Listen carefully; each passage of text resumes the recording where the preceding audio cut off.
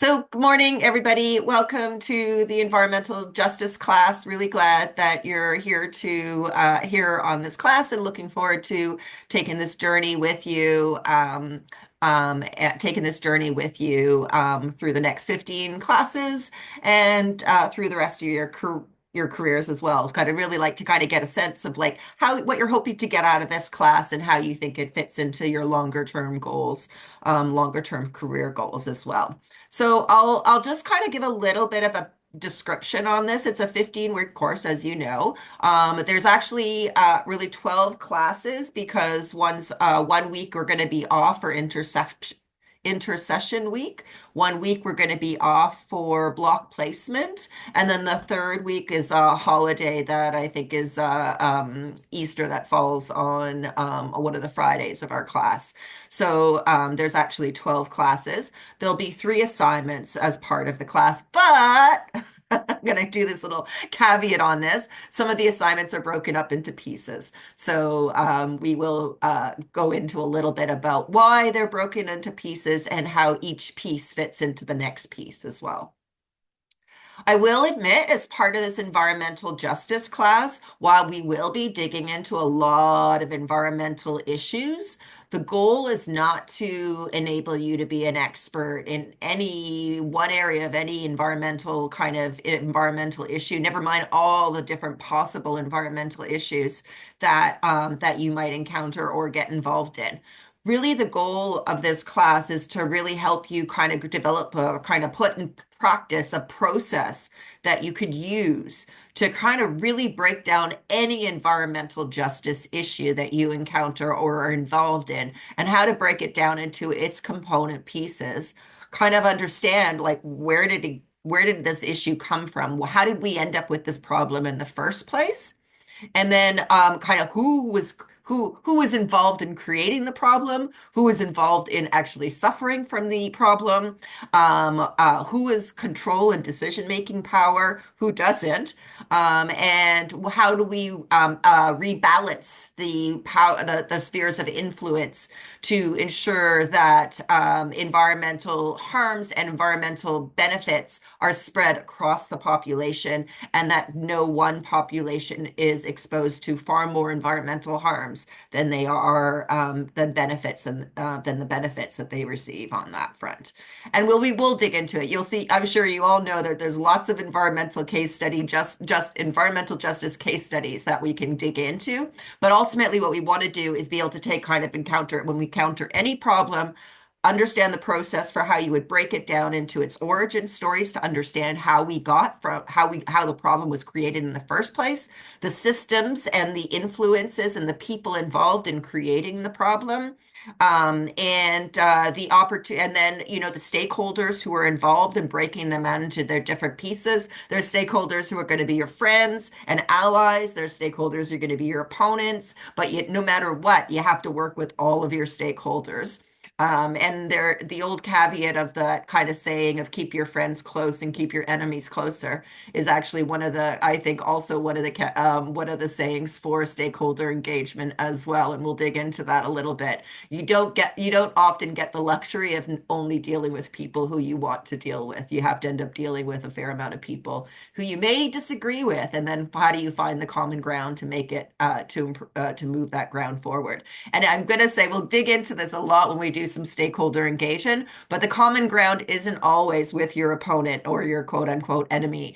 That you just need to understand what they're going to be using as arguments against you, and then figure out how do you build your team who can challenge the power that they might have to be able to stop the change that you want to see happening.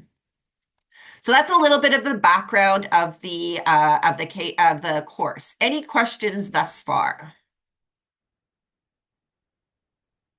No? Don't be shy.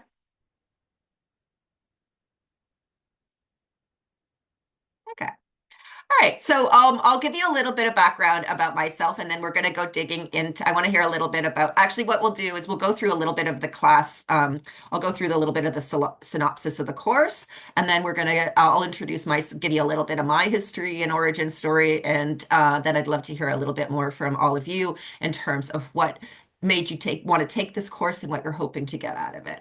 So I'm just going to share my screen and share the syllabus.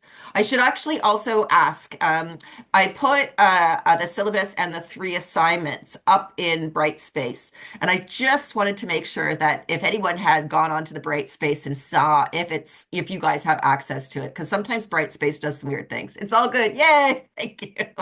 Thank you, thank you, thank you. All right, so I'm gonna just go into, just gonna share my screen.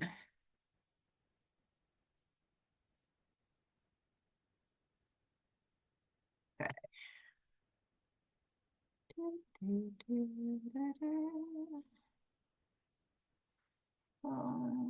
Anyone can share. Okay.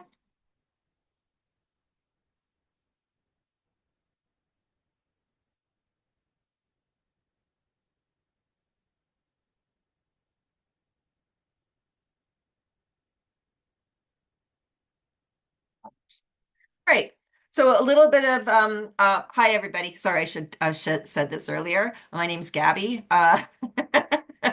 and I will be your instructor through this course. I should have said that earlier. Okay, so we're not going to go through all of that rest of this blah, blah, blah stuff. There is not a class. Okay, so there's no like textbook or like textbooks for this class. In each of the weeks, there is going to be a PowerPoint presentation. And I do not want you to emulate my power presentations when you do your case studies. The presentations that I'm going to be sharing with you are kind of taking the place of a course kind of textbook or anything like that. So I will admit that they're a bit text heavy, but they include a lot of links for you to go down different rabbit holes that kind of interest you or where you're curious. So I don't have an expectation that you would be going to all the links in the PowerPoint presentations that are associated with each of the week's classes, but they are there for you to explore different places that you would like to learn a little bit more about. So keep that in mind as far as if there's something in particular that I think is really, really, really important for you to check out, I will give you during that week. I will be kind of highlighting giving you extra direction in terms of some resources that I think would be of real value to dig into further. But again, keeping in mind, you don't have to get a textbook for this class.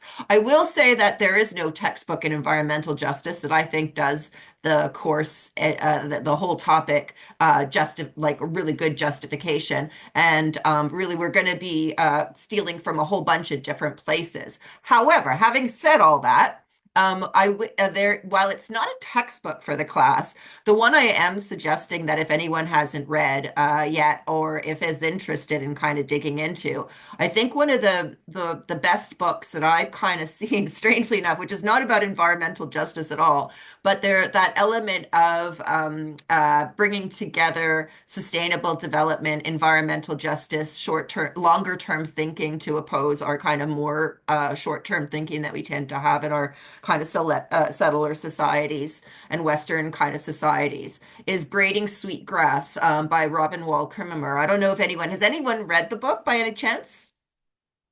So it's a really great book. It's very poetic too. She's a great writer. And one of the things that I think is really interesting, she's Potawatomi, and she is also a scientist, a botanist, or ecologist. I can't quite remember. And she really is she's helped me understand how indigenous knowledge and ways of being in Western science and technology can, like, the two of them together are so much more powerful than either in isolation would be.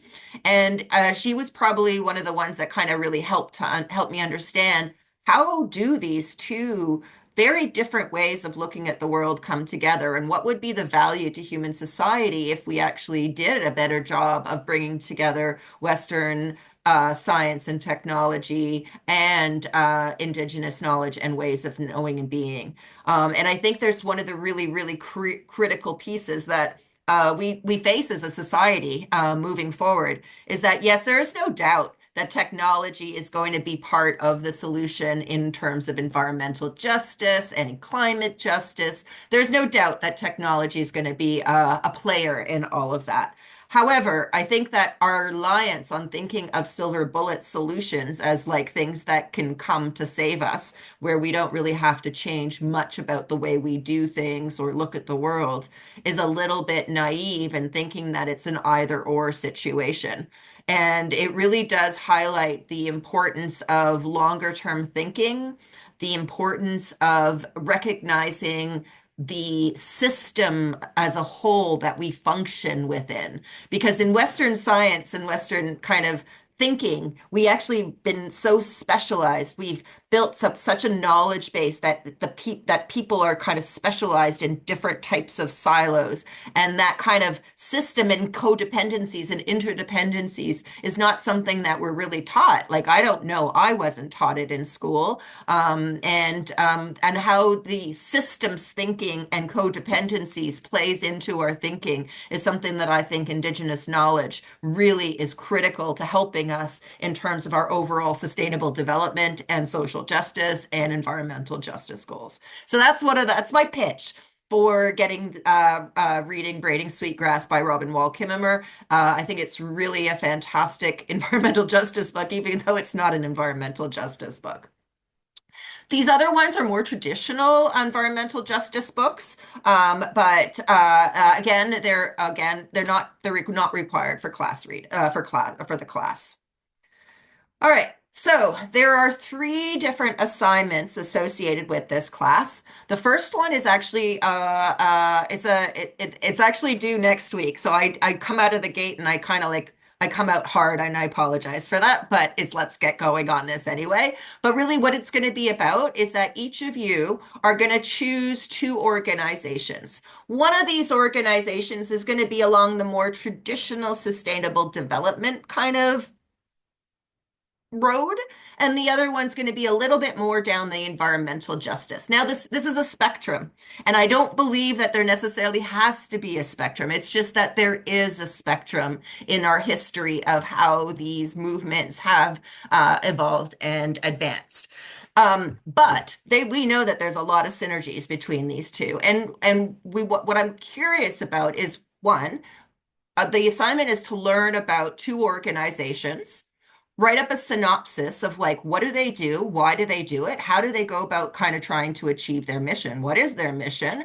And what are the kind of like, do they line more with sustainable development principles or environmental justice principles? And what's the difference between these principles?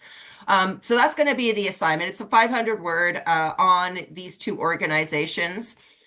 You're going to be also kind of trying to dig in if they are more, let's say, if they fall on the spectrum of like really one's definitely a sustainable development, kind of more on the sustainable development side than on the environmental justice side.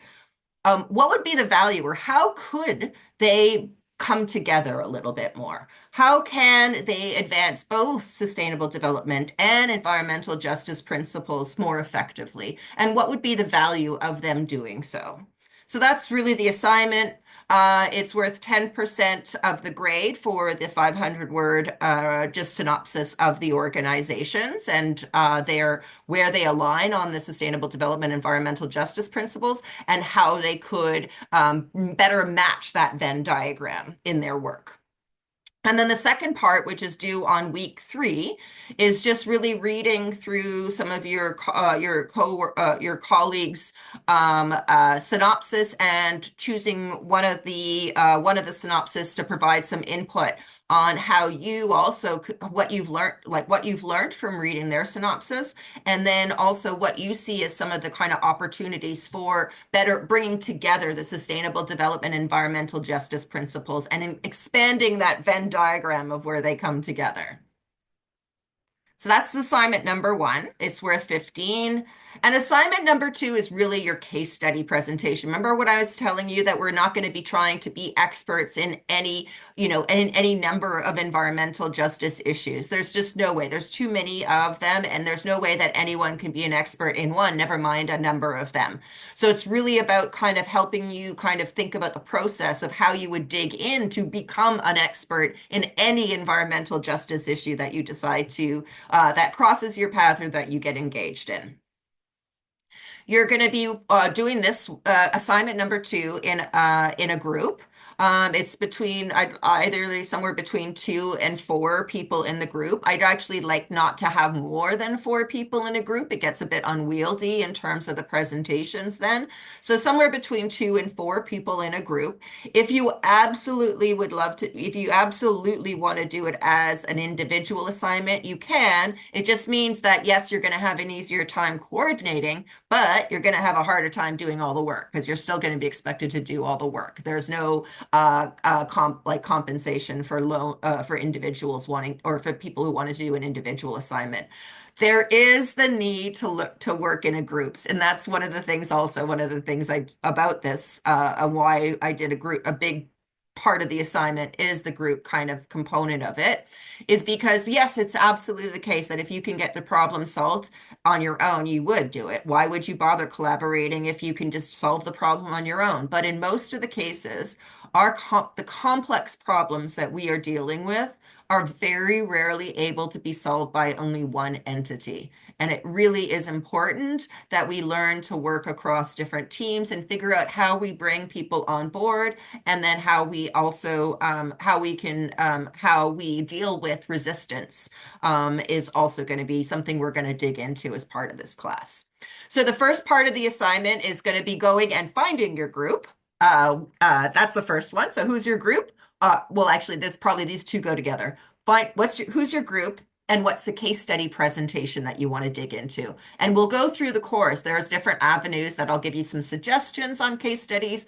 There's this really amazing atlas we're going to visit. Actually, it's amazing atlas in the sense of that it's an atlas of environmental justice cases, and really provides a really good background information on them. That really is a great source for it. There's no shortage of, sadly, there's no shortage of environmental justice case studies that you can dig into. And that will be the first one, that first part of the assignment. Find your group, choose the case study that you want to work on, the topic of the case study that you want to work on. The group will, the first part of the assignment is to do an annotated bibliography. And what that means is that it is like finding your sources. But instead of just kind of doing your bibliography, which is like, okay, what are the sources that you are going to be using? What you're going to be providing as part of the annotated bibliography is what value does this source have to you? What part of the story in your case study is it helping you define? Like, what kind of value does this resource have for helping you understand your case study and understand the different perspectives of that case study? So it's not just the reference of the resource, it's actually providing a paragraph on the value that your case study will be getting from this resource. There'll also be a draft table of contents. In the assignment instructions, there's already given a kind of skeleton of the draft table of contents. I'm not expecting, I definitely am not hoping for the same table of contents that's in the assignment to be handed back to me. I want it speaking directly to the case study you choose. So when you talk about what is the problem, you will kind of identify what is the problem with your case study. And it's just in bullet format, just a matter of really some of the key things I'm going to be looking for on this one is a wide variety of different types of resources. So you're getting the story from a different number of different perspectives, and different, and understanding the different pieces that you're going to need to break out in the case study. So that's the first part of the assignment. It's due on week 6, and that's just the table of contents and annotated bibliography. Then there is the case study presentation. That's the one that students usually kind of have the most resistance to, because you're going to be presenting your case study to the rest of your class. And this is actually what students often are scared of, this part of the assignment, but it's also one of the things that they say they get the most value out of the class when. It really means that each of you are going to be teaching each other all about environmental justice case studies or case issues, and breaking it down into its component parts and identifying who is involved with it, how it became a problem, what's the imbalances in decision making and power and authority associated with these environmental justice issues, this environmental justice issue, and what's the opportunity for moving from problem to solution. There's also a role-playing part of that case study presentation, and it is really everybody's going to play a specific stakeholder, and they spend 2 minutes telling the story, the environmental their perspective from well, the story of this environmental justice issue from their perspective. And I always encourage people to make sure to choose stakeholders that you would not normally want to represent and challenge yourself to thinking from their perspective. It's a very good, we will talk a little bit about that, but it's a very good skill to understand what your opponents are likely to come at you with, so that you can prepare to have a good response. And also to build allies who can also challenge those who are going to be opposing what you want to do for moving from problem to solution. There is, from the presentation, I should also say, okay, let me backtrack. For the case study presentations, they will be presented to the class over 3 classes. So there's a week, I can't remember what week we are. Yes, 11, 12, and 13 are going to be case study presentations in the class where each of your colleagues are going to be presenting to each other. There is a written brief that comes up for the assignment number 2. It really is just your case study presentation, but turned into a written brief. And the reason why I put that as part of the assignment is because a lot of the times a case study presentation is always the best way to tell the story. If you want to build up awareness and understanding of your environmental justice issue, you're going to need to kind of explain it to people in a very kind of short way. So we're going like 20 to 30-minute presentation to tell me the story of this environmental justice issue, why I should care, and what you want me to do about it.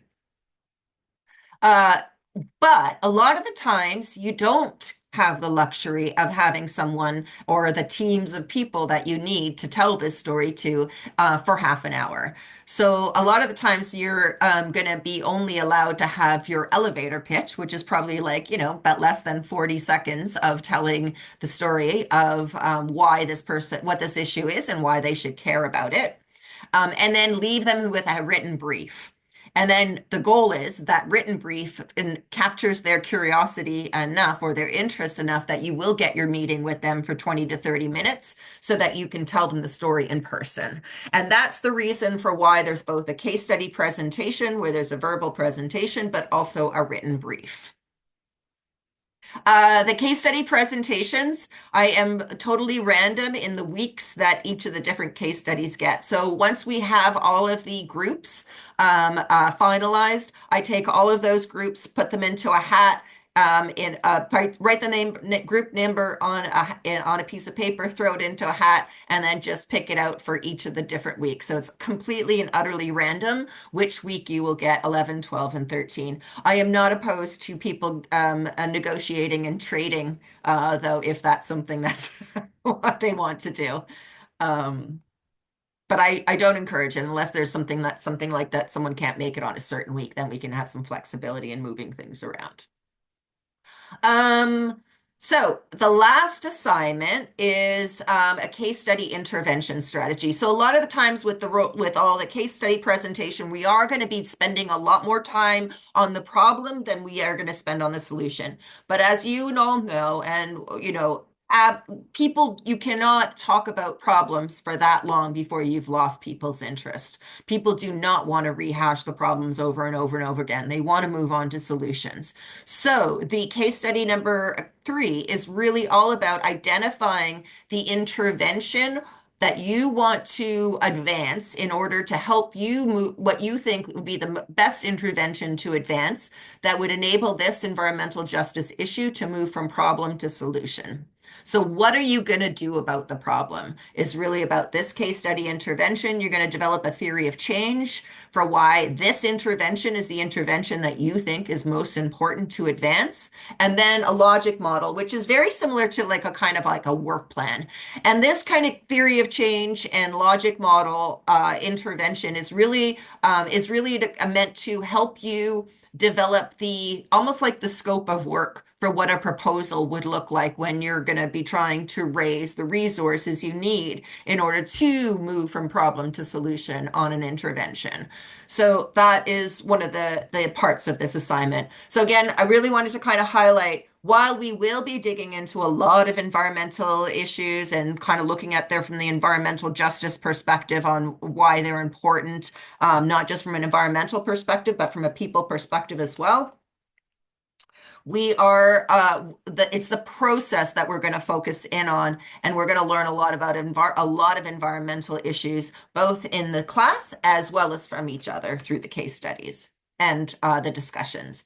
I should also say that there is a class engagement piece that's worth 15 marks. This is not about, this engagement piece is not about just being at the class. It's really about fostering and participating in discussions and input amongst your peers in your class.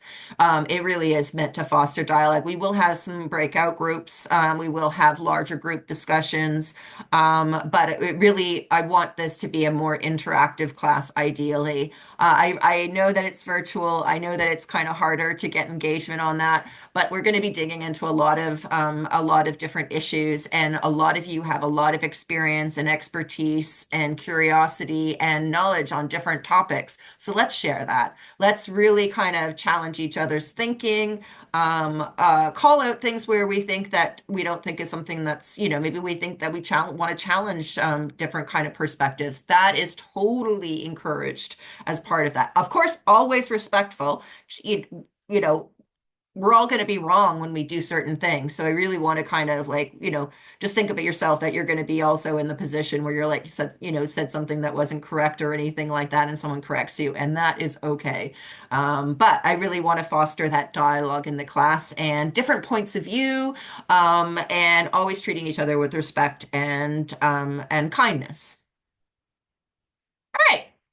So those are some of the the assignments. Any questions thus far? No? Okay. So another one thing I wanted to mention, all the instructions for the assignments are actually up on Brightspace already.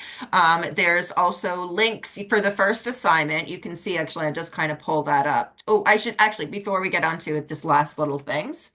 I should mention, so the first class, we're just going to be digging into the environmental justice and sustainable development origin stories, how they've evolved over time, who was involved in them.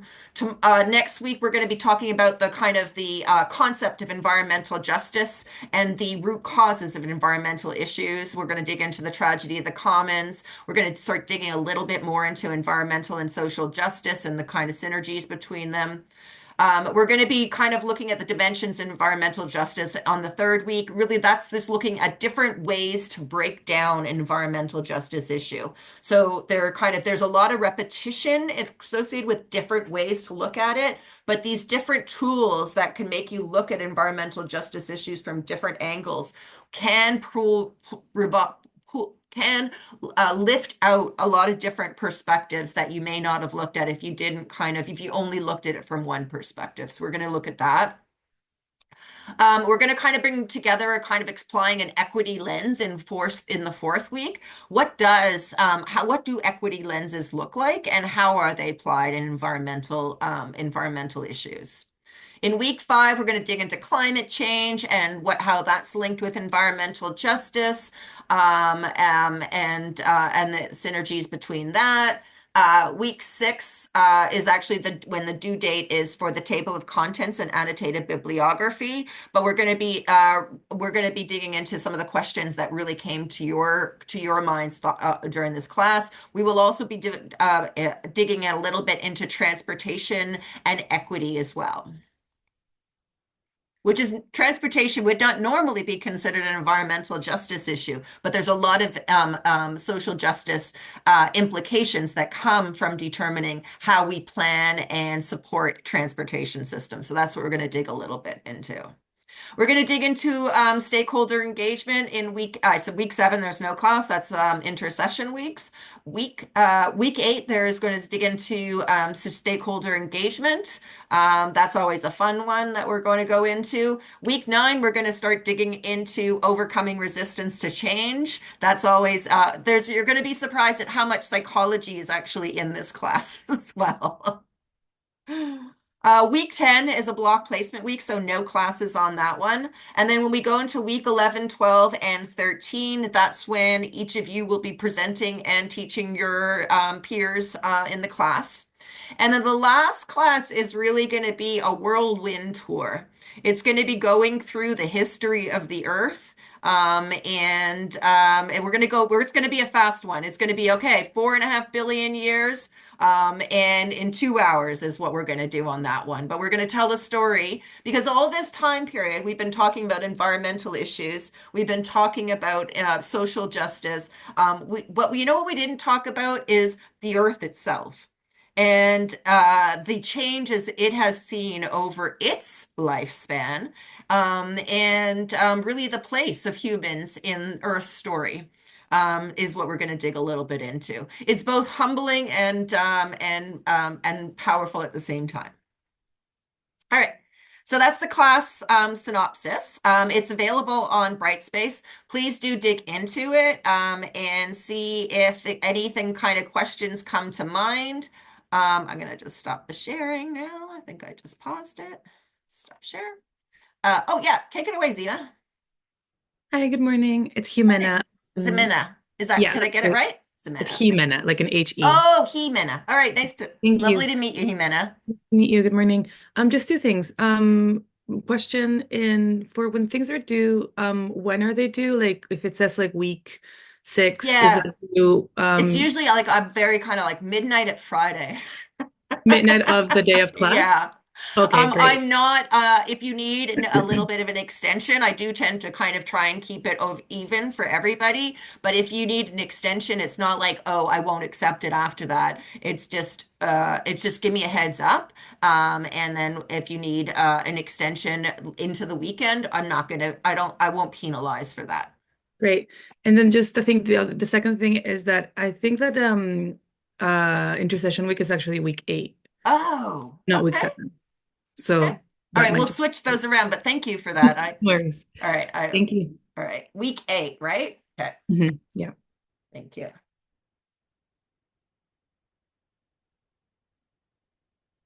All right. Joseph, saw your hand up. Oh, good morning. She Good said it morning. already. I was about to say that intercession is week 8, not 7. Okay, thank you. All right, perfect. All right. I will fix that and then update the. All right. So what I'm going to do now is I'll give you a little bit of background on myself. I have been in the environmental space for about 30 years now. I've actually, most of my career has always been in the NGO space, non-governmental organizations. I will have to say I've also worked a lot with governments, but from an NGO perspective of trying to get different levels of government to work together in particular has been one of the focuses of the areas that I've tend to be a lot of the projects I've worked on has required inter kind of coordination across different levels of government. And often you need a third party to go in there and get them all to talk to each other and work together. So a lot of my work has kind of focused in on that partnership development between stakeholders in different levels of government. My teaching kind of experience is a little bit more on the limited side in that I did teach adult education when I for continuing education in the secondary school system in Montreal. But I also did a lot of training for a lot of municipal, in particular municipal climate staff people. We do a lot of training work with those municipalities. I have a Bachelor of Science in Environmental Geography and a Master's in Environment and Business from Waterloo. The kind of the environment and business is kind of like an MBA, but not for like making money, but more for kind of advancing sustainability goals on and partnership development and stakeholder engagement. So that's kind of a little bit of the background. I worked at the Toronto Environmental Alliance, at the Conservation Council of Ontario, worked for International Council for Local Environmental Initiatives, which on their Cities for Climate Protection campaign, which is an international organization that works with municipalities to help them advance their environmental and local Agenda 21 sustainable development goals. And then I work right now at the Clean Air Partnership, which is a charitable environmental organization. It also works in particular, one of its core target audiences is municipal staff working on the implementation of both their mitigation and adaptation climate actions. So it's a little bit of background on me. Any questions for me?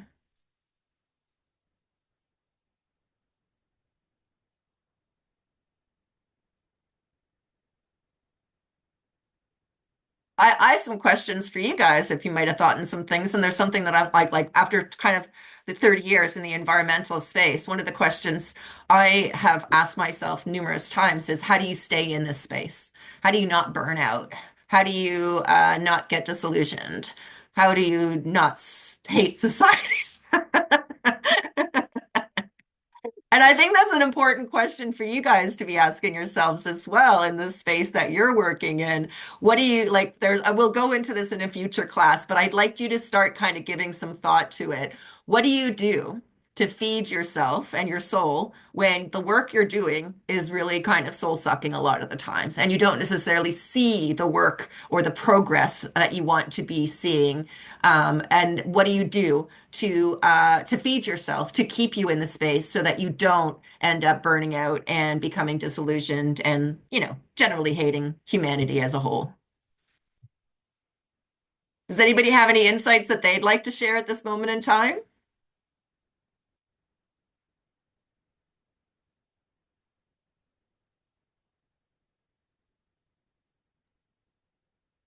Take it Um, away. I I think good morning everyone. Good morning. So just 2 cents for me was like when I was younger I used to feel a lot more passionate about climate change and everything. And I still remember I used to have a lot of heated discussions with a lot of my peers and friends and colleagues. And at that point of time I feel like people, even if people were concerned about climate change, it wasn't something on top of their heads, all the time. Like it wasn't something that they were concerned about on a daily basis. And I feel like that sort of dimmed down my own passion for it as well, because, I kind of started to feel that no matter how much conversation I have, no matter, what I do, nobody's actually going to care about it. And then now we've come to the point where now it's actually affecting everyone. And it's not just affecting an individual, but it's affecting societies, it's affecting our livelihoods, it's affecting how a country uh, functions as well. And like even recently, the way we saw how things have been affecting Los Angeles. Mhm. So I feel like this is something like at least now when we talk about climate change, people are actually concerned about it. So this is just my own um uh, experience as to the difference that I saw from talking about it probably like 8 or 9 years ago, and then now Yeah, when people actually they can see the effects of climate change. They can actually see it with their own eyes. They can see it they can feel it with their skins, yeah. that the weather has been getting worse and worse.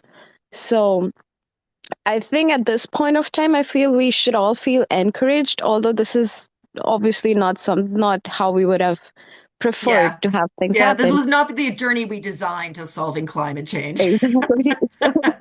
So, but at least I think that It's the journey we find ourselves on, but it's not the one we would have designed if could have designed true. one. But at least now we have something to talk about. Yeah, So I that's agree. all I would say. Thank you for sharing. Russell. Yeah, I mean, like on your question on like how I kind of stay maybe like motivated, or I try not to get bitter, is I just kind of try to think that like progress is slow anyway, and like Mhm. work in progress is like going to be really, it was never going to be like a 10-year plan or a 20-year plan type of Yeah. thing. So I'm just kind of thinking more so like, okay, like if I can end my, so to say, career like with like just a few tangible changes, even if they're minuscule, that leaves like the next sort of batch of community workers, whatever you want to call it, to kind of like take up the mantle and kind of like push it forward even more. So Yeah. that's what kind of keeps me motivated. Yeah. Excellent. Thank you. Thank you so much. Chris. Hey, good morning, everyone. Yeah, it's to speak to what Russell was kind of saying, like, how do I not get down? I just try to focus on what I can actually affect change on. You know, you're always going to see these massive problems in the media, but what do I have actual control over, right? And realize that it's the people that you're directly in touch with most of the time that you impact, and that has a ripple effect. And that's beyond the environmental justice world. It's social work in general. Yeah. So whether you're a frontline caseworker or you're a little bit broader in your reach, like just realize that you're doing good work and you're working with people, and the people you directly impact affect other people. Yeah. And so you put all your energy into those direct relationships you have, and that's all you can really hope for, you know, just making the best impact where you can. Agreed. Agreed. Thank you. Thank you for sharing that. So a little bit, I'd like to kind of also get some, turn this over to you if I would like to go through the class, and it could just be a little bit on the, if you want, I can call people out, just to kind of go through it. Actually, that would be fun to do. Let me just make sure that then I can know how to kind of, whether I'm pronouncing your names right or not. And then if you could just tell me a little bit, I'm going to throw this into the chat. Hold on. And then just if you could tell us and tell me and the class a little bit about who, like your name, why you signed up for this course, and what you hope to get out of this course. So Emma Preet.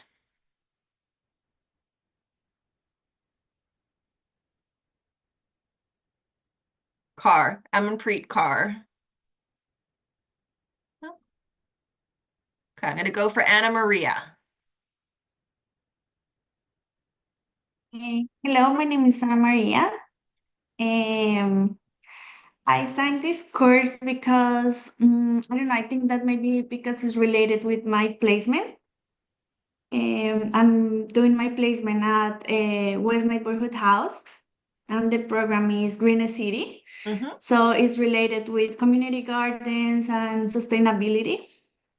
That's why I signed up for this course. And what I hope to get out of this course, I don't know, maybe to learn more about the Canadian framework and how Canada is working through, I don't know, like fulfill the or comply the sustainable development goals that we're almost there, like in 2030. And that's it. Perfect. Thank you very much, Anna Maria. Becca. Hi, everyone. I'm Becca. I signed up for this course. I really enjoyed the climate justice course we did last year, and I'm just looking forward to really kind of honing in more on the critical analysis side of things, like just to really like delve deep in like how do we analyze these issues and how do we come up with solutions. And I'm thinking like in my placement, I'm at a political office right now, and I'm hoping to maybe stay in kind of the social policy area. Mhm. So just like really gaining some good practical analytical skills moving forward. But thank you very much for sharing that. Chi?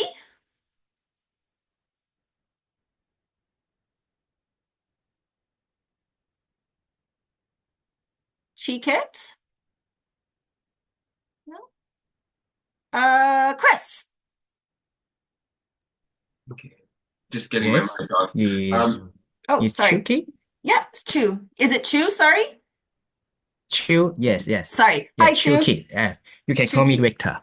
You can call me Victor. I Yes. can call you Chuki if that's better. Okay, okay. Why I choose this course because I think it is very popular in the world, and it is also affect my life, and I hope that after this course, I can learn some analyze and then find out which agency or which uh, uh, address this issue and then what solution and in the future. Yes, thank you. Thank you. And Alex.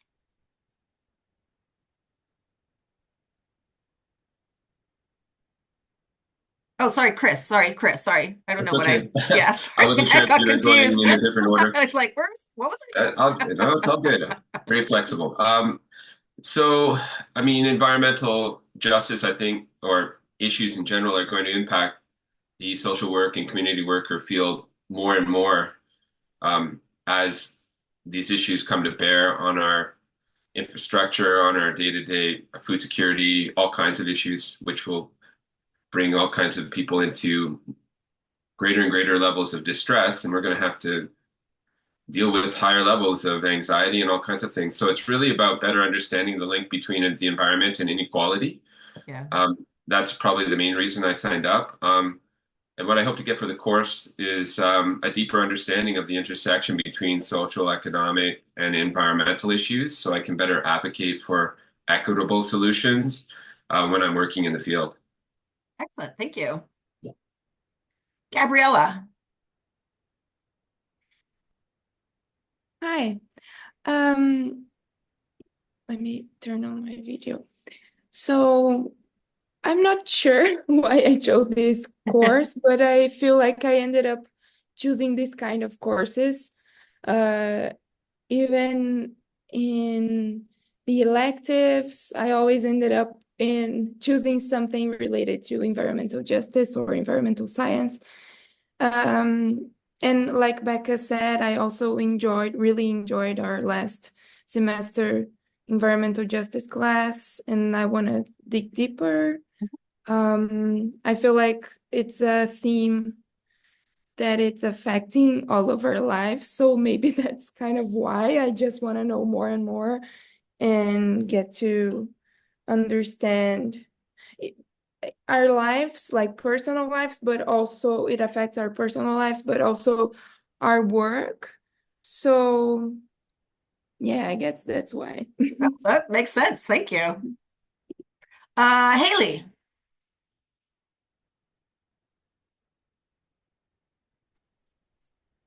Hello, my name's Haley. Why I signed up for this elective was because, like other people mentioned, I enjoyed our class last year that was also about environmental issues, and also in like the field of community work that I'd like to work in is like very related to like environmental issues because I want to work like with food sustainability and like focusing on like environmental racism and topics like that. So thank you. Thank you. Hi, Chen? Or unless it's Hui Chen. You It's tell me. Hugh John. Hi. Hi. How do I Hugh, pronounce your name? Just to make sure I got it right. Hugh John. Hui Chen. Okay. Yeah, but you can also call me Mavis. Okay. I'll just call you Hui Chen if that's okay. Yes, the reason why I signed up this course because I have run a project about the water quality and educate the public the water, the importance. And also I have watched there's many commercial company have a goal, the CSR goal to save the world and save the energy. And I just want to dig deeper in the course and how to advocate the environment issue in the field because it's a global, it's become more serious right now. You can see the wildfire in LA and the temperature is getting high. Yeah. Perfect. Thank you so much for sharing. Jacqueline, I think, is next. Yeah, hello. So, my name is Jacqueline. You can call me Suzanne, prefer to be called Suzanne. Yeah. I guess I signed up for environmental justice because this was what was open and it was left. Sorry. No, It's I don't take really that personally. It's all good. um but I guess it'll get me out of my comfort zone, and like everybody else, it affects our daily lives. It's related to our community worker course, and yeah, so it's good to have anyways, right? Yeah, Thank you very much. thank you. Jatin? Hi, good morning, Professor. My name is Jatin, and uh, why I choose this course? So, environmental justice kind of thing which we never like, we rarely think about it. So, in my last semester, so I had the same course named as climate changes something. So, I like that thing. I learned many things about the what is happening in the world, like the changes of weather and all these things, how they're gonna affect in the future. So we have to think about the future right now. So I want to make some like plans about that what are the things we should do as a human being to save our earth, what things we should do. So I just here to learn the new things which I can apply to just make the better future for the coming generation. And I have also like some other views about this thing, like there's some countries which are just getting like explorations happening for the like resource to grab the resources like oil and gas from other countries, and they're just destroying their like areas, for example in Iraq, maybe, yeah, Iraq. So US armies, they just go there, they went there, so it was in news somewhere. So I heard it, like they went there, they just get a lot of things from like the oil and all the destruction they did. However, it was some other things, but this was destructing for the environment, and I believe that this should be noticed, that before taking any action in the coming days, we should know like it's gonna affect the whole world rather than any country. That was like my reason. Thank you. Thank you for sharing. I appreciate that. Joseph. Hi. Hey there. Okay. My name is Joseph Adiola. So I chose this course because environmental justice is something I'm passionate about because it helps to understand and preserve and protect the environment. And I want to learn about sustainable solutions to different causes of environmental problems. And I believe this field is a key to building a future for everyone. As a community worker student, environmental justice is it's a course that directly impacts the well-being of communities. For example, poor air quality or lack of access to clean water can lead to serious health issues, especially in marginalized areas. Environmental justice is a course that will teach you the right step and procedures to take to tackle these issues. Because if it affects the communities, as community workers, it is our job and work to help them and provide solution for them and provide justice. So I want to learn how to address these environmental challenges to create a healthier, more sustainable communities. So in short words, environmental justice is finding or helping creating justice for the environment, any issue they have. So create a great Perfect. community. Thank you so Thank much, you. Joseph. Appreciate that. Karen Preet. Good morning, Professor. Good morning, everyone. My name is Kiran Preetkar, and my pronouns are she and her. So I mainly signed up for this course because I'm deeply passionate about understanding about environmental issue. I think it is mainly because of my grandfather, as he's a farmer. So I'm really connected with that. And growing up in Punjab and India, I witnessed like firsthand the impact of environmental degradation on marginalized communities, especially farmers. So that's the reason I want to know more and more about these things. And it sparked my interest in exploring systematic cause of environmental injustice and sustainable solutions. So throughout this course, I I have knowledge, but I want a deeper knowledge because there are a lot of things which we don't know, and it is important to know the policies, the advocacies. So, as a community worker, I think environment is also very important to learn. So, that's the reason I want more knowledge into it. Thank you. Perfect. Thank you so much. And Logan.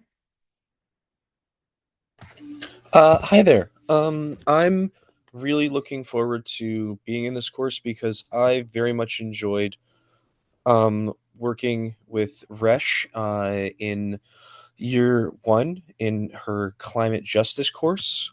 And I just really loved how she conducted that and the stuff I learned.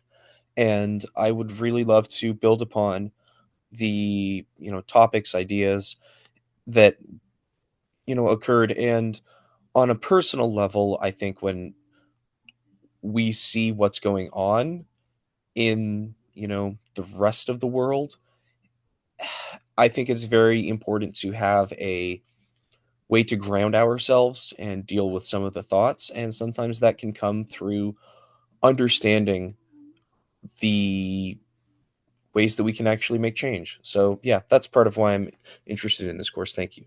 Perfect. Thank you so much for sharing. Miriam.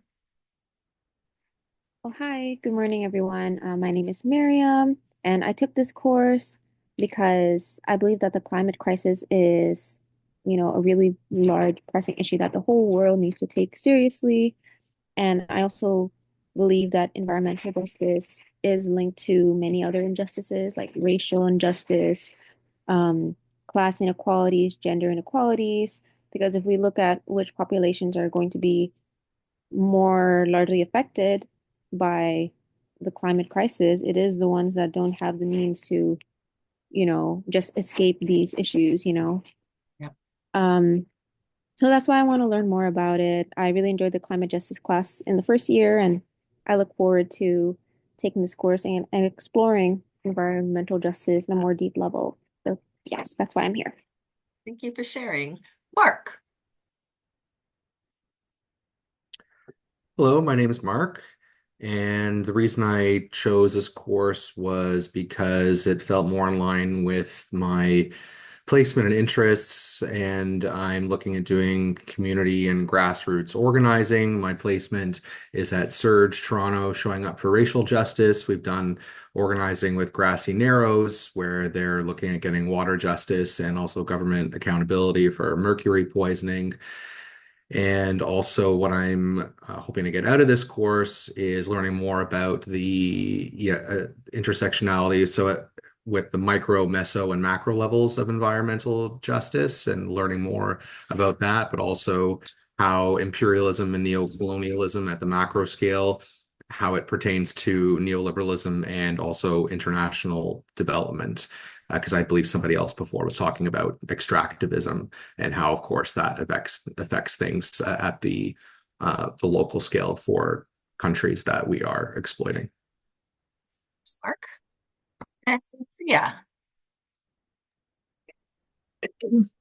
Good morning, everyone. So, I think, let me just first introduce myself.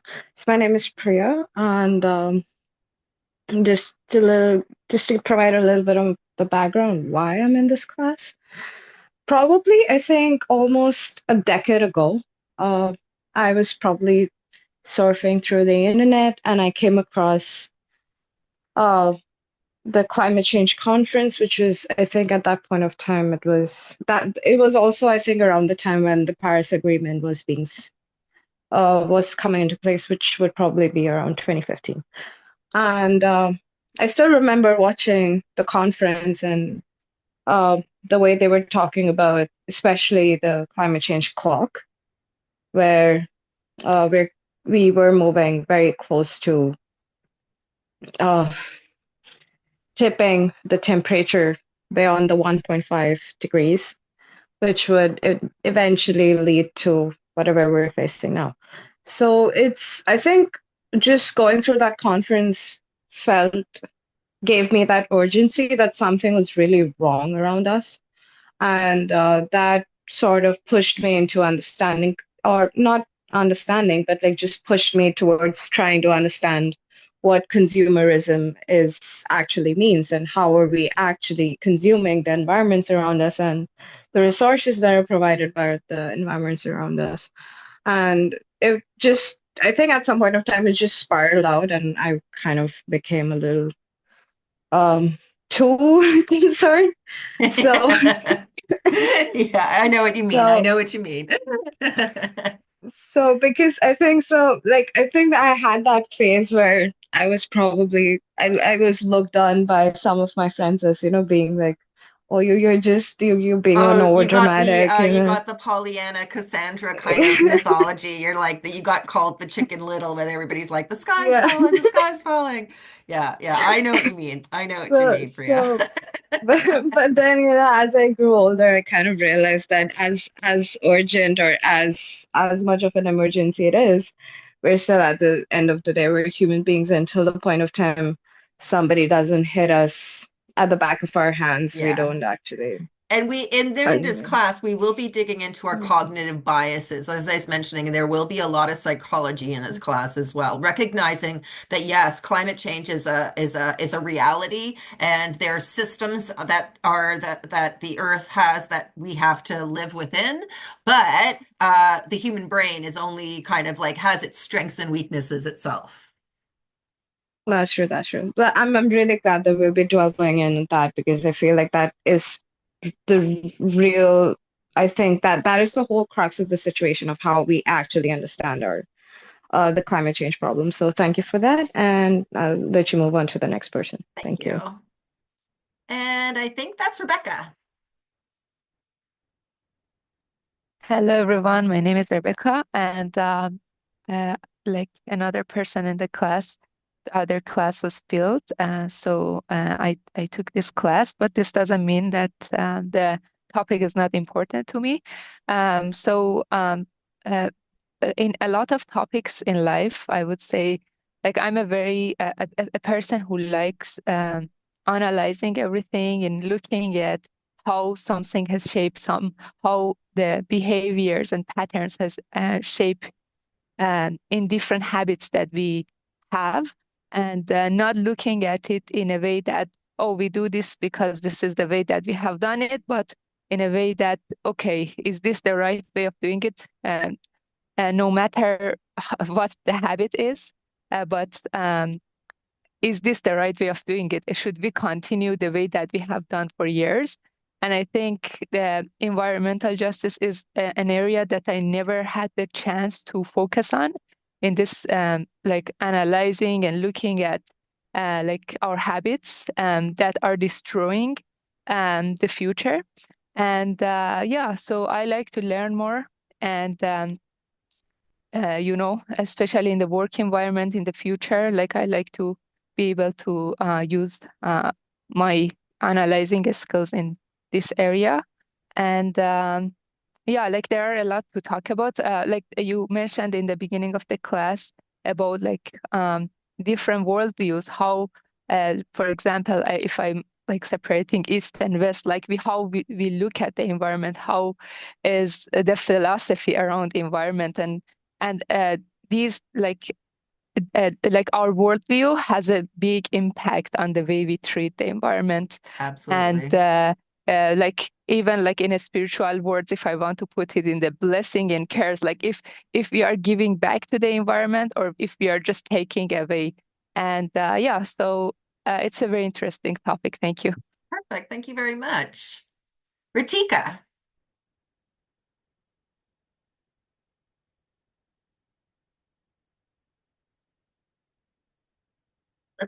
Ritika? If not, how about Russell? Yeah, hi. So my name's Russell. I signed up for this course because yeah, honestly, it was one of two. It was either this or food justice, and I really enjoyed yeah, It's all good. I have no yeah. problems with that. I really enjoyed the climate justice course in from first year. And I'm just hoping to dive a little bit deeper into it. I'm kind of thinking about it and like how it would relate to maybe my potential like future career or something. Is like I'm really interested to see how like sort of maybe like vested economic interest kind of affects environmental policy, Oh especially yeah. like following politics.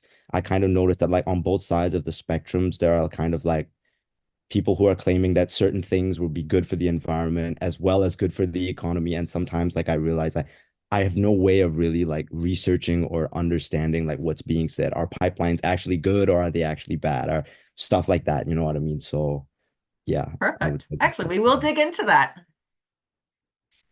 Wei Sun. Hi, my name is Wyson. You can also call me Terry. Okay. I signed up this course because I think environmental issues is always one of the most important factor affecting communities, and it's all about sustainability. So, as a community worker student, I think it's important to know about it and see if we can work on anything to help the affected communities. Perfect. Thank you so much. And Winnie. Hi, my name is Winnie. Yes, the reason why I signed up for this course is because of my placement. I'm same as Anna. I'm working in Greener City at West Neighborhood House. So I'm interested in this because I think this affect the vulnerable sector a lot. And I was working with some vulnerable groups in Hong Kong. So that's why I want to understand more about the environmental justice and sustainability, how it impacts to those group of people, and how we can alter it or change it or to help them in long run.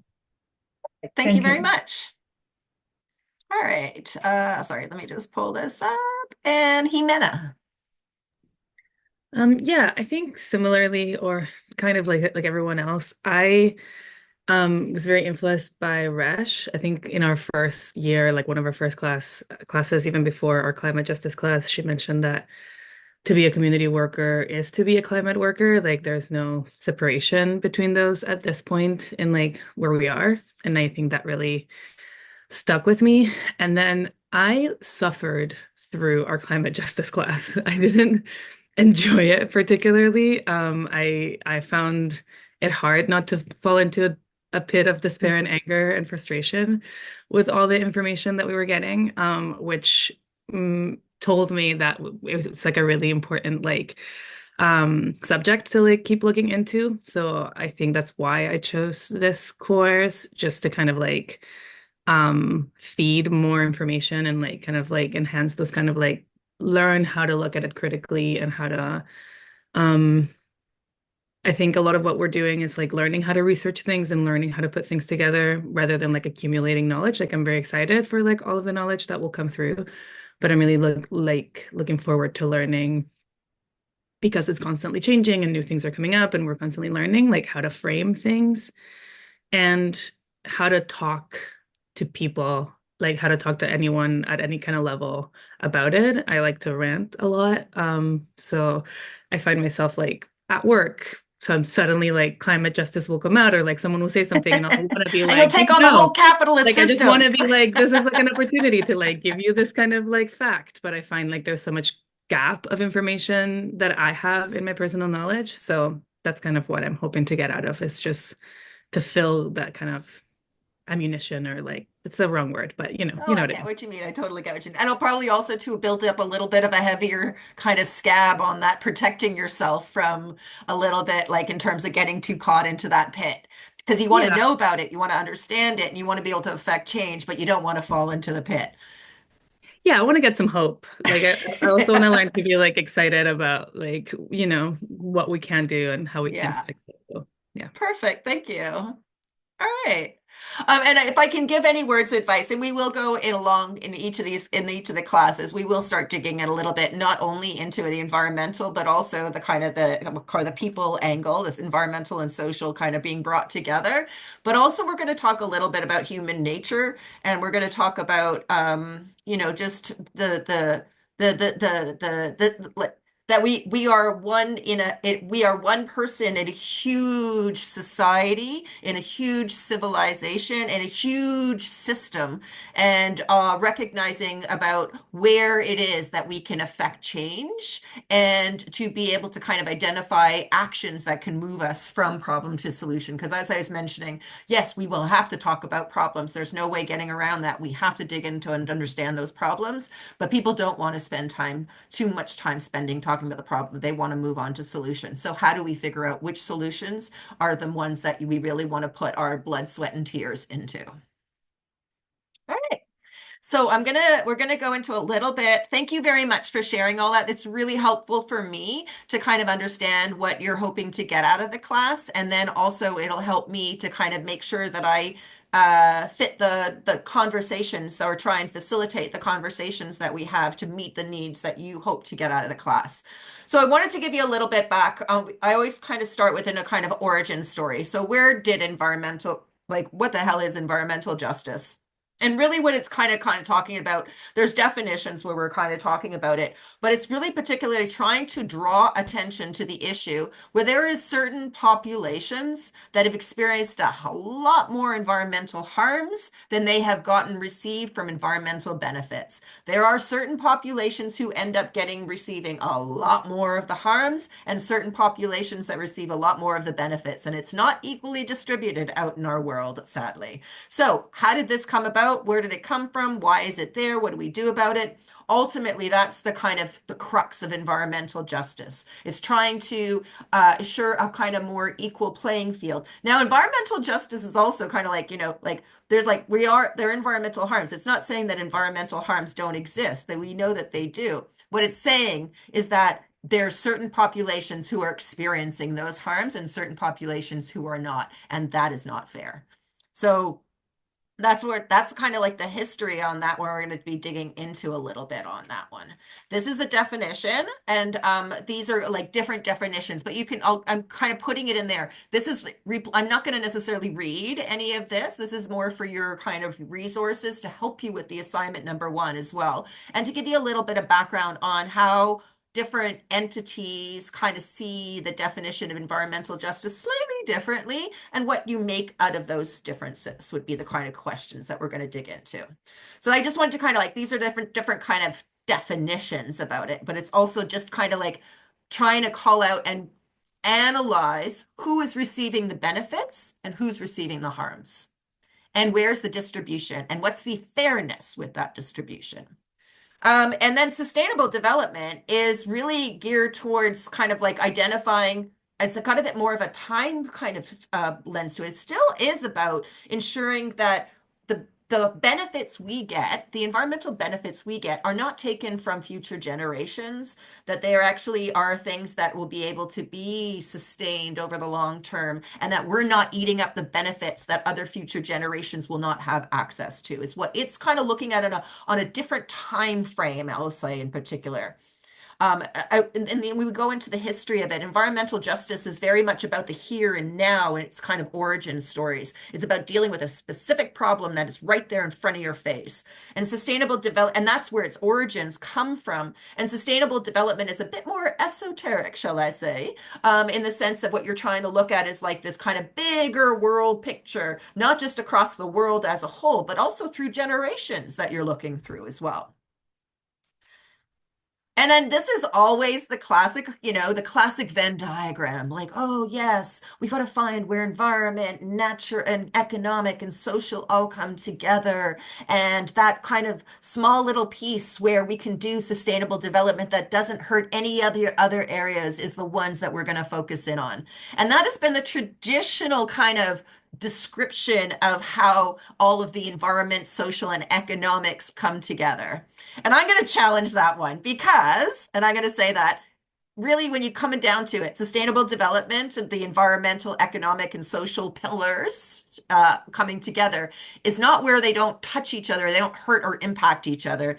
It's actually, this is the real reality of the world we live in. Like that is where it is. You do not have an economy without the environment. You just don't. You don't, your economy takes from the environment and raw resources. It gets manufactured in society, and then only then it becomes part of the economy. And so the economy cannot exist outside of our social realm. It cannot exist out of the environmental realm. And, we all know that economists forget that kind of piece of information. We know governments forget that piece of information and hold economy up in the pillar as if like that's really where, and I'm not saying that economics don't have an impact on society. They absolutely do. And I'm not saying economics don't have an impact on environment. It's housed within it.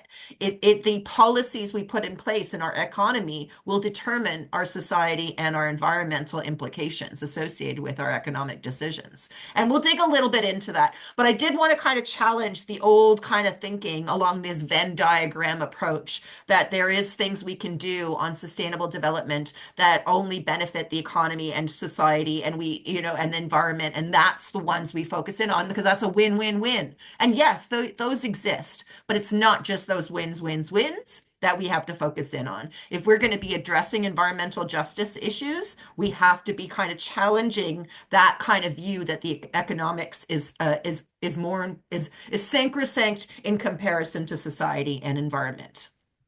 And recognizing that the economy only exists because of society and the environment. So these are the main sustainable development goals and the history associated with them on that one. That's certainly I think it was Priya was mentioning that the 2030 goals, that's 2030 it's not 2030 or bust. We're carrying on. We will not achieve all these 17 goals by 2030, sadly. I wish we could, but let's face it, what's been plaguing humanity for millennia. I guess it's fair enough that we can't solve it in 10 years. So we carry on post 2030 on these ones, but you can see that there's a lot of interdependencies across all of these different sustainable development goals.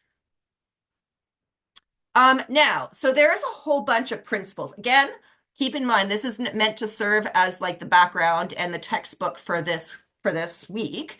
I'm not going to be reading through this because I will go through this ultimately. I will go through it, but this is what's the principles from EPA on the environmental justice. It's really, and you'll see where I go through it. This is meant as a reference for you to read afterwards to help you do assignment number 1. But I wanted to go through it because I will be cheating very shortly, and you will see how I will cheat in this whole principles. So we're going to go through all this lovely, oh wow, fancy words, sacredness of Mother Earth, all this fancy, lovely stuff on it.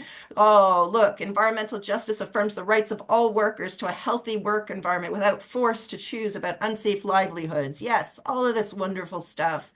It is going to call for strict enforcement of principles of informed consent and halt the testing of experimental, reproductive, and medical procedures. Whole bunch of stuff it's going to be doing.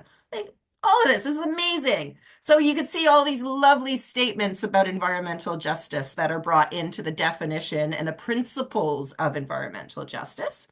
And sustainable development also has these lovely principles that they love to bring together as part of it. That human beings at the center of concerns on sustainable development, that they're entitled to healthy and productive life in harmony with nature, that present generations shouldn't be minimizing the ability of future generations to sustain themselves, that they should all cooperate on the essential task of eradicating poverty, like really lovely motherhood and apple pie statements in both the sustainable development and environmental justice principles. No doubt about it. Some beautiful things associated with all these principles. But we're cheating now. We're taking all of these principles because we're like, oh, lovely words. Oh, lovely words. Lovely, lovely, beautiful words. Yay. And we're going to just put them in a word cloud. And now that all of these principles across environmental justice and sustainable development, as here you can see that's environmental justice is on the left, and then sustainable development is on the right. What are the top things that you see? Like what I did is I took all of those principles, threw them into a word cloud, and then tried to see what's coming to the top in all those principles. And what's the difference between environmental justice principles and sustainable development principles? Are they exactly the same? Or are there some differences that kind of you can see coming to the surface?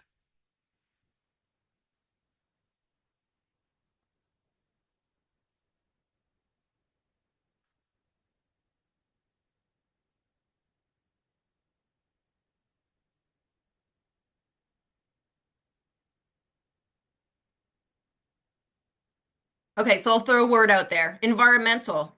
Oh, I should mention with word clouds, how big the word is how many times that word existed in the principles. I should mention. Small little caveat of information I should have shared. So if you see words that are bigger, that means that word existed in that principles a lot more than words that are tiny and smaller. How about with environmental? Do they look the same?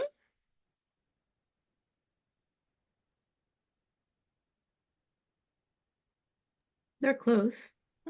I would think so too. Yeah. How about with people?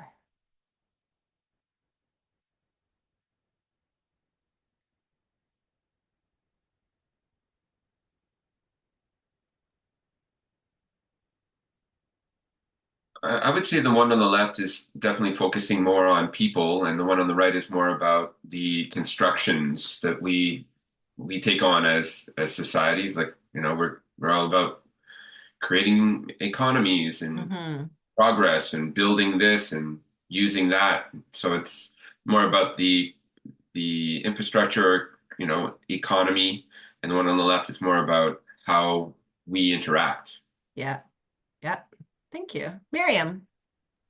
Yeah, I think the one on the left has more of a, like, it seems like, I mean, justice is one of the big words on that side. So it looks like it's more focused on like the people. And we see people twice actually. So there's people at the top and then on the bottom, peoples.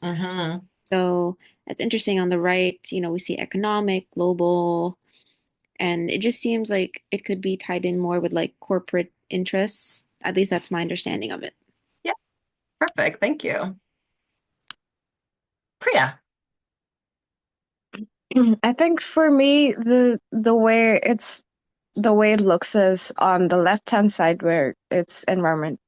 It appears to be a lot more principle based and a lot more topics and subjects which are related to principles and how we live our lives. While on the other hand, on the right side, I feel it's more about the constructs and the processes that we might assume eventually in order to tackle the left side. Yeah. So that's how it looks to me. All right. Thank you. Mark. To build on some of what Priya said, the left is much more rights based on this. They're very interrelated. The right seems to implicitly defer to the state and the sovereignty of the state and the rights of the individual, whereas the right is much more abstract and doesn't really address well, it's I much think more you negative. mean It the left, really Mark. it doesn't really it talks about more abstract principles and the idea of law and jurisdiction, and it's the left more, because it's rights based, is a more moral approach, whereas the international order is amoral. So that would be the main distinction that I would draw. Great. Thanks. Jimena. Yeah, I think again to build on that, like the development side, the left side looks very action based. Like it feels like it's like there are words that are like very like making, to make, to develop, to like damage, even the negative, like promote, management, like developmental, like it's like very like how we create. And in a way like that to me makes it feel like very masculine, and like the like kind of like sacred masculinity kind of like jargon of like forward, doing, resource, like categorizing, like cataloging, organizing. Whereas the Yeah. Putting everything in its little boxes. in its little boxes so that we can stack them together, so that we can make more, so that we can go forward, which is great. Like we need that. And also like obviously it's very capital, and like those thoughts like become very hierarchical and very harmful in their like when they're abused, like when you like only work with that kind of mentality. Whereas the other side, yeah, feels more circular. And now that I say that, it looks a little bit more like a circle than the left. But yeah, they're like concepts that are more about expansion or care. Like it seems round versus like sharp. Okay, interesting. I like that. You know what surprised me when I did the word cloud, and I admit I cheat on these words clouds as well, because I like when you throw too many words at me, I'm like, I don't know what to make of this. Like, give me something that I can kind of like when you take all when I took those both ones and threw them into the word cloud, I was surprised that I didn't see like, like on the sustainable development side, on the right-hand side on this, when I was like, where the hell is justice? It didn't even show up. Like I couldn't see it, like rights didn't even show up, I don't think. It was very much about technology, law, kind of like systems and autonomy kind of thing of like, yeah, it was interesting. I was like, but where, like, I was, people came out, people did come up on it, but the kind of rights and the fairness didn't really come up in the same way in sustainable development as it came up in environmental justice. However, the kind of like the existing of how we fit into a bigger system, I think ends up coming up a lot more in the sustainable development than it did in the environmental justice principles as well. But it's a little bit of a treat that I can share with you on things that you can do when you're given a whole bunch of information and you're not sure what to do with all this information. What does it all mean? This is a little bit of a cheat that sometimes helps to kind of see what's coming to the surface when all of these words are coming at you. And what do these words all mean? And what do I make with these words? Sometimes this is a little bit of a cheat to kind of figure out when you're given a bunch of like the dogma or the rhetoric that you get from different places. This is one of those little cheats that you can do to say like, okay, what does this all kind of come out to? And it sometimes helps to kind of separate out because I certainly couldn't have seen all of these differentiations, or maybe I could have, but if you'd gone through all of these principles, but we get too bombarded by words. And sometimes we lose the bigger picture associated with it. So this is just one little way to kind of figure out different ways to do it. So I did want to kind of go a little bit into the history of the environmental justice movement, and it really does come out of the civil rights movement in the United States. That's one of the key critical startings of origins. I'm not saying it didn't exist before then. We all know that it existed well before then. We know that existed all throughout time. And anytime you have a human society, this is going to be about fairness associated with who does what belong to and what's the fairness and how do we share and distribute it. We'll dig up to a little bit more of that and we go into the tragedy of the commons next week as well. But and it also brought into it, like in addition to this in the United States, it might have started out in the civil rights movement. I will say that I think in the large majority of different places across the world, indigenous rights is where environmental justice really kind of comes out a lot in terms of the movement, its origin of where it came from, and was brought into our Western society and that kind of perspective on that one. So I will admit that it has a traditional focus on people. It was about kind of like it originated by having a very brutal visual problem that needed solving because that problem was causing some real grief and problems and health issues and negative implications to certain populations. So it's very much started out with its origin as cause and effect. And and unfairness. Those cause and effect unfairness. That kind of like you could see it with your eyes. It wasn't something that was kind of like, esoteric or future things. It was like you could see it with your eyes and it was right here and now. And that's generally the kind of the starting of where the environmental justice movement kind of came from. I did kind of misspeak it, but it's more about, and when I say the here and now, I don't mean necessarily on climate in terms of future generations. It was really kind of, again, the here and now about like, here's a landfill that's methane emissions and it's causing a huge amount of health implications on the youth in this neighborhood. So very much cause and effect. I did want to kind of speak to that. These are just some of the kind of origin events that really galvanized the movement. The 1968 Memphis sanitation strike was a really big one, and then you could see exactly how it was tied in with the civil rights movement in the United States at the same time. Same thing, waste management came up to be really, really big in terms of helping to galvanize the environmental justice movement as well. Again, speaking to, you can see the landfills that are right beside them. They're often beside Black neighborhoods. There were a whole bunch of people, they were exasperated, probably had huge amounts of not just landfills, but probably port authorities, probably transfer stations, probably truck depots were all put into these neighborhoods. Why? Probably because land was cheap and people weren't powerful enough to fight the locations associated with this. And we'll get into these issues in a little bit later as well. But you can see a little bit in terms of the evolution, in terms of like the kind of starting out, just kind of dealing with that first cause and effect. Sorry, come on. With the principles as a whole. It wasn't necessarily really specifically about one specific action or one specific location. It was about a bigger picture that it evolved into. And then you can see in terms of that kind of starts out kind of slow, the landfill site on it starts out kind of 83, 87, 88, 80, 90. And then you start seeing this becoming, coming on. Why are you doing this, computer? Sorry, it's going really weird. Okay, then you can see a lot more momentum taking place in terms of profile of environmental justice. I think my internet's super slow right now for some reason. I did get the warning that it's having its issues.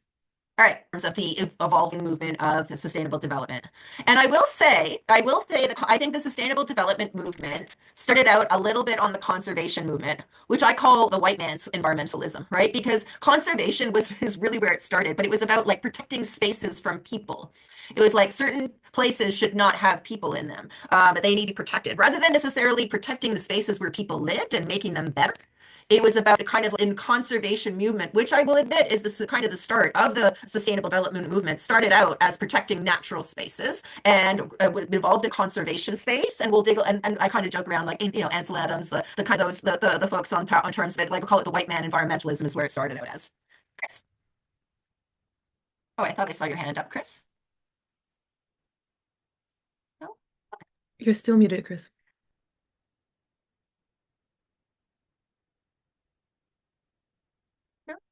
All right. So we'll go again. So that started out, but then I would kind of say kind of like certainly that kind of was the start of the movement. And then I will give like a shout out to Rachel Carson, who was in her 1962 Silent Spring, talking about DDT and the impacts it was having on the ecosystem and in other animals within the ecosystem. And then we're really kind of moving a lot into a lot of those kind of specific stopping things from happening. It would be one of those kind of elements about kind of like pulling in, protecting natural spaces. But again, it was also far more about natural and spaces than it was about people. And I think that's one of the things that did kind of come out to me in the kind of the scene or things start out with. In environmental justice, it's very much about the people. And in sustainable development, its origins is very much about natural spaces and processes and governance. Those are some of the key areas that I've seen along the lines on that one. And you can see like there's certainly a growing kind of acceleration of interest in sustainable development as time goes on. And you can see a fair amount of environmental protections being put in place through the time period. Now, yes, it is true that we had some like, in terms of environmental implications that we had in terms of, the Love Canal and, like lakes and rivers being set on fire because of so much pollution being dumped into them because we didn't have any environmental regulations and corporations were just using the whole natural system as their dung grounds for things. And that thankfully in terms of kind of getting government regulations and in place to protect human health and natural spaces is really the starting of that component. And you can see the kind of connections between environmental justice and sustainable development, but you can also see the different kind of angles that they've taken where we have kind of cognitive biases in each of us and individually. And I think there's also cognitive biases in each of the movements that we are that have that come to be for very logical reasons, but they're worthy of exploring. How do we bring these two principles better together? So, I mean, these are just kind of, I really wanted to kind of like give a little bit of the story associated with the different kind of ways that these two movements have come to be and advance towards each other. These are like of these types of projects and kind of the evolution of it. And I'd love to kind of think as you go through these different examples of things that have triggered progress or movement in each of these different respective movements. It's really interesting to see or explore how they either have brought these principles together or kept them siloed. And what are the consequences of keeping them siloed is another kind of key question I'd like. Why did the silos exist? And what are the implications of the silos? And what are the benefits if we bring the principles together better? Great. Oh, I didn't even see the chat, so I'm just going to make sure that I'm not missing anything on the chat. Sorry. Oops. Open up. Oops, sorry, there's more here. Okay. Oh, my connection is breaking up. I'm going to turn my video off for now. Sorry. Okay, is that better? Hopefully that's better. I apologize for that. Is that better for the audio? Yes, it's better. Okay, sorry about that. Sorry about that. Okay. So as you can see a little bit, we're going to go through that story. Anything else as we go through those examples? I just wanted to kind of open it up to you guys to just kind of think a little bit about like some of the kind of top level findings that you've seen from the evolution of these stories, these journeys. I call them societal journeys. Our environmental justice journey, our sustainable development journey. How are they friends? How do they walk along the kind of the sand, walk along the beach hand in hand, or do they kind of walk in different directions sometimes? And what are the implications of keeping them siloed? That is part of the questions I'm hoping you'll dig into in assignment number 1. So definitely wanted to kind of, it really wanted to highlight some of the, we'll go into, sorry. Come on, computer.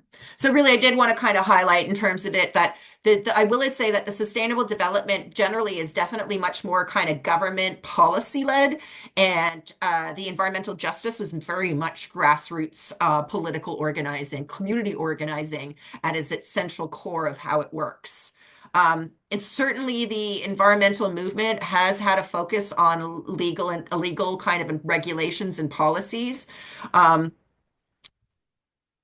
And I think that kind of like certainly the aspect of it is how the system is unfairly delivered to different target audiences or different populations receive different benefits and because of the way the system is designed.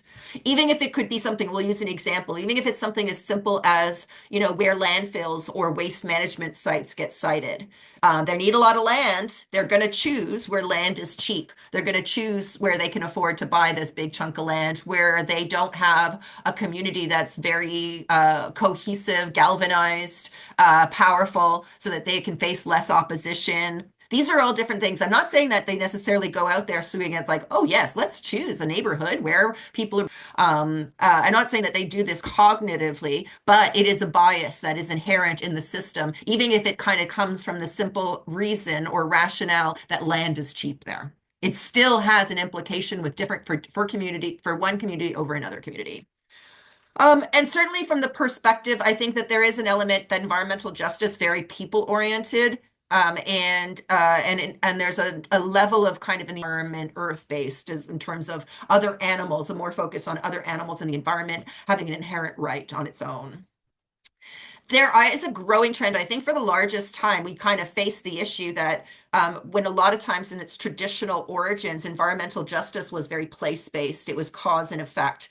Now, as we move into bigger, huger global problems like climate change, oceans plastics pollution, CFCs and ozone layer was one of the examples where environmentalism is no longer that what one country decides to do will have an impact on all the countries that we share this planet with. And that's a big game changer in terms of how the kind of bringing together environmental justice and sustainable development principles.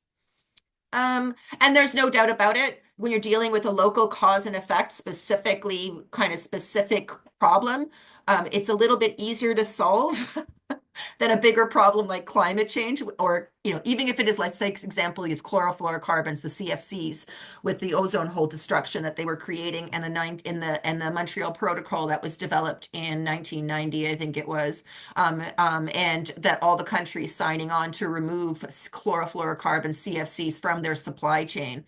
Now, that was a great example of a global environmental problem that was solved through local countries committing to doing something. Now, it's relatively easier in terms of solving that that problem in comparison to a climate change problem, which addresses the whole energy system of our society, not just our energy systems, but also our agricultural systems.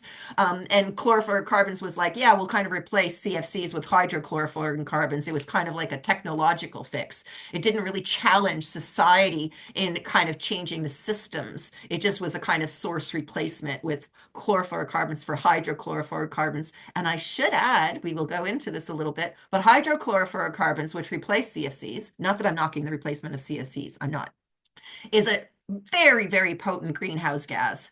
100 times more potent greenhouse gas than carbon dioxide. And they're switching it out, but it was the replacement. So we took our ozone problem and we kind of removed chlorofluorocarbons, CFCs, and put in hydrochlorofluorocarbons. So it broke down before it got to the ozone layer, but it also broke down in our atmosphere and is a very potent greenhouse gas. So again, it's looking at things in silos. It's not necessarily trying to solve the whole problem all at once on that one. You can see that the challenges that you face on the global level. And it talks a little bit about upstream versus downstream. A lot of times in the traditional kind of the origins of environmental justice, it was downstream. It was trying to solve a specific problem that was in a specific location. And it was always fixing the problem after it had been created. There is the goal, I'd say the goal of a more kind of sustainable development principle is to go more upstream. It's to prevent problems from happening in the first place. And that's a far more challenging approach on that one in terms of they're all, it's certainly like it's always better to stop a problem from happening rather than fixing a problem once it's already happened. But it definitely requires a much more comprehensive stakeholder engagement process and it involves a lot more parties that need to be at the table to stop and think upstream to stop something from happening. The waste, the health at this either. Like we all know that our health system is geared far more towards treatment than it is geared towards prevention. So we are facing this issue not as simply as an environmental issue. The upstream goal of stopping problems from happening versus the downstream need to fix problem once they happen is the two things that we're really kind of trying to balance out when we're trying to think. All right. So I wanted to kind of dig a little bit into the environmental concerns for the coming decade. These are just the ones I kind of like threw together on the back of an envelope in like 5 minutes covered, but I wanted to kind of dig into what's missing here. What do you think is missing from this environmental concerns of the coming decade?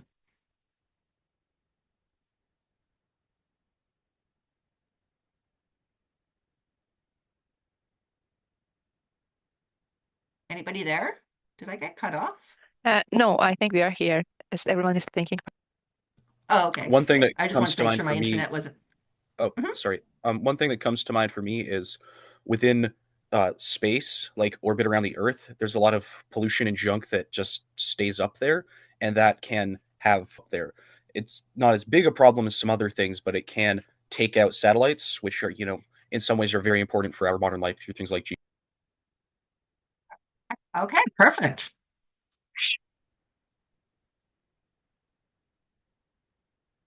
And we will dig into all of these questions and these topics in the class through it. Chris, take it away. Oh, just how this is going to impact refugees. There's going to be greater and greater levels of environmental refugees. They're already, coming across from North Africa. We've been seeing that vent into all of the rest of the world that isn't going underwater or being devastated by drought and wildfires and everything like that. So yeah, I think that's going to be very impactful in the next little while. Agreed. And it's not like we haven't had this to deal with this problem. We've been dealing with it a fair amount, but our populations are such. World's kind of understanding of the kind of global world is far more now than it was in the past. So we understand what's going on in different parts of the world where we may not have had that knowledge in the past. But same thing, we use the example, the climate, or I would say our world is not simply an environmental problem. We tend to lump it as a political problem, but the political problem often is exasperated by environmental problems. And the two are connected far more than we end up giving due to. And Mark.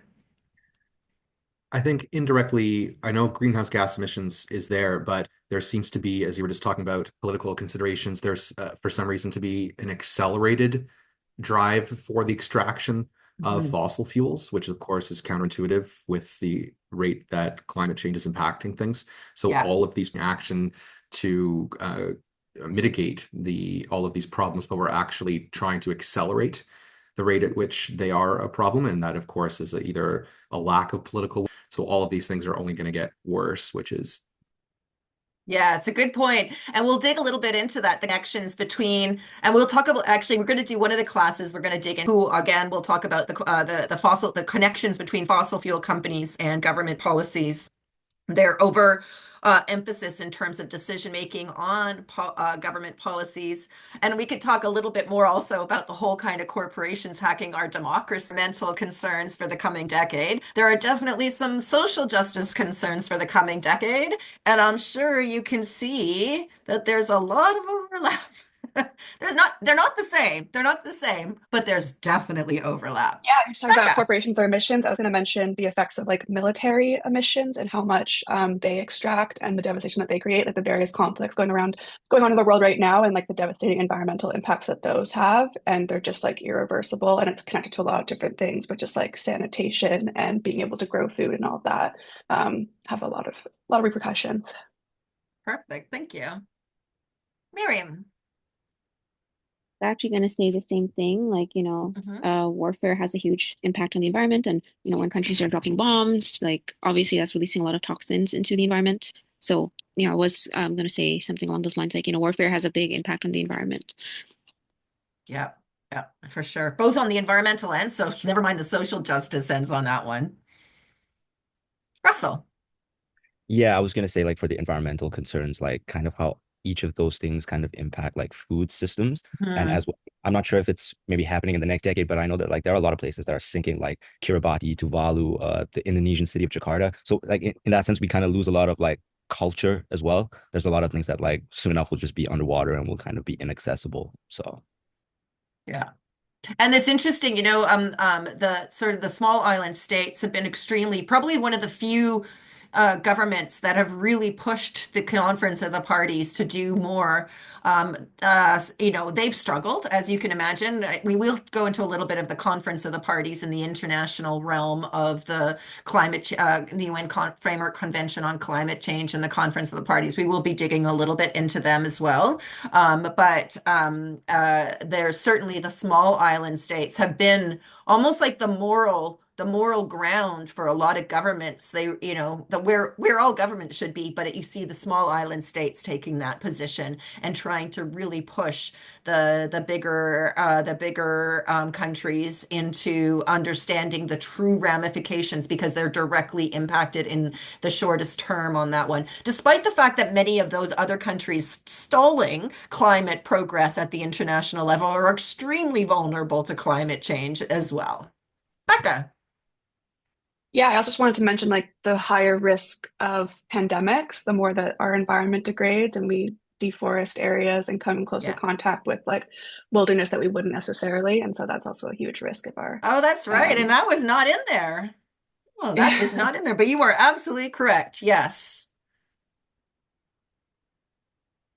Right. So a little bit in terms of the kind of the connections between environmental and social justice priorities. I see that as like that kind of bringing those two together is also an opportunity to kind of bring that spectrum of environmental justice and sustainable development a little bit more hand in hand as we take this journey to try and improve our society and our environment. Because that's really what it comes down to. Environmental justice is about kind of improving our society and our environment. It's about kind of fighting those silos that have traditionally existed. For whatever kind of reasons these silos emerged, it's calling that out and trying to bring those silos more together. All right. So now we're going to go to I did want to kind of highlight if there's any questions that people have on on assignment number 1.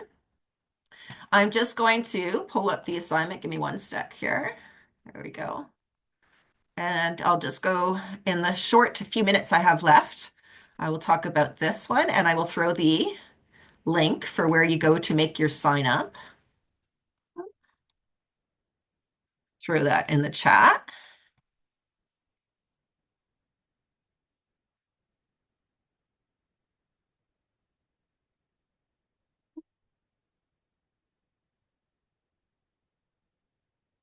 So this is where you go. I'm going to kind of link up to that one as well so that you can see where it's going to the sign up sheet for it. You do not have to choose one of these. You can choose your own organization. Absolutely. There's no reasons you need to stick with these environmental and social justice or environmental justice kind of lists. But really what you're going to be doing is you're going to be identifying which organization from one of them, and I put them in buckets. They're not, I keep in mind that it's not necessarily this hard and fast separation, but I kind of threw them into different buckets based on, there's kind of groups that focus more on the environmental justice end, and then there's certain groups that focus a bit more on the environmental justice versus sustainable development. It's not that there needs to be this silo, it doesn't. It's just that this is just kind of where what has happened as a result of the different origin stories from where these movements came from. But you can see that there's kind of like what I did is like I wrote the environmental justice. So really what you just need to do is, let's just say this is that you choose this one, just put your name there. Oh, that's not, I got to spell my name, right? So let's just say this is the one you want. You choose one from environmental justice, and then you choose one from the environment sustainable development organizations. And those become your two organizations that you're going to kind of summarize up on what do they do? How do they go about doing their work? What's their mission? How effective do you think they are at doing their job? And what is and if you put them in, if you had to put them in one of the buckets of the environmental justice versus sustainable development, which do you think they more aligned with? And what is and why do you think they're more aligned with that? And what would be the benefits of bringing the principles of sustainable development and environmental justice better together in their work? What would be the value of that is really the questions that I'm looking to get out of assignment number 1. So any questions on this one? Really just here's the instructions on it, I should say. It's in the, there's 2 different pieces of it. I should say, actually, this is worth 10. That's a mistake. Sorry, 10. There's 2 different pieces associated with it. So one is the just the synopsis of these organizations is actually just, and I think this is the 17th, not yet. And I think that is the 24th. And what are the opportunities? Sorry, let me back up. The midnight part A is due. That's the 500-word synopsis of the organizations and the value that they bring to either different principles. And then the week 3 is when you respond to someone else's posting. Jimena. Yeah, I'm just to clarify, like we have to choose one of each, right? And then, but then we're basically, are we comparing them to each other, or when you say like no, compare them more to the principles? Like if you think if you were to look at this organization, do you think that they are more geared? Are they more in the bucket of environmental justice or sustainable development? And why do you think that? And what do you think would be the value of them bringing those 2 goals, those principles better together? So like if I choose an organization and I'm like, oh yeah, this clearly is an environmental justice organization, they could benefit by looking at like sustainable development in relationship to their vision by X, Y, or Z. Okay. Yeah. Thank you. And Joseph, so we don't need to compare them to each other. Just do that twice, basically. Yeah. Okay. Looking at them from the perspective, like what you're looking for both of these organizations, what would be the value of better alignment between sustainable development and environmental justice principles in their work? How could they better bring those aligned? Okay. Thank you. No problem. Priya. The question I have is, where are we supposed to post this? Oh, yes, on the Brightspace. Okay. There should be a section where it is a discussion board where you post it. All right, understood. If it doesn't exist, I did create one, so I should actually see it because like it's interesting. We go into the content, but if you go into communications and you go into discussions, there should be a discussion forum where you post it. I'm hoping you see it, but maybe not. And we can, if not, we can sort it out the next class. Come on, Zoom, get out of there. Go to there. I'm going to communications and discussion. It's in there that you would be posting it. If there's any issues, we can dig up into it in the next class, but it's a discussion forum on Brightspace. It's not, we can't see it yet. So it might be. Can't see it, eh? You might have to make it public still. Oh, I always forget how to do that. All right, I will hunt that down and I will make it public. All right, I will fix that then. Always show discussions list plane, grid view, include original. I'll figure it out. Visible with access restricted. No. So, so the 500 words goes to this discussion board? Yes. Yeah. Okay, thank you. No problem. I know why. I'll figure it out. I'll go into Brightspace and figure it out. All right. And Russell. Yeah, so I just wanted to confirm. So we're doing this and then we're like kind of posting it directly on the discussion board, right? It's not like Yes. on a document. And then also, so on the shared document that you posted, so like you said, we're just signing up for the 2 organizations that we're gonna Yeah, like. you just sign up for the organizations you would like to claim in the Google Doc, but you're posting on Brightspace. Oh, okay, thank you. All right. So yeah, and I did want to kind of say, while I do check my George Brown email, I'm not nearly as good at checking that. And so I'm going to give you my other email to reach me at, which I am much better at keeping track of. So let me just make sure I got this right. And then this is an email where you can reach me that I'm much quicker to respond to it. All right. Any questions? If you do have any questions related to assignment number 1, or the class as a whole in general, just send them to me by email. What I will do is, if you ask a question, I will kind of respond to you via email, but then I'll take the questions that you have. I won't say who has the questions, but I'll throw the questions and I'll keep them up on the announcements. Like I'll put it in sections. We have an FAQ place. Chances are, if you have a question, one of your other classmates will also have that question. So I will kind of throw it into kind of the communications section on Brightspace. All right. And thank you so much I'm looking forward to taking this journey with you. And I know that we'll have a lot of good discussions. And I will see you next Friday at 9 a.m. Have a great week, everyone. Thank you. Have a good day. Thank you, Professor. Take care. Thank you. See you later. Thanks. Bye. Bye.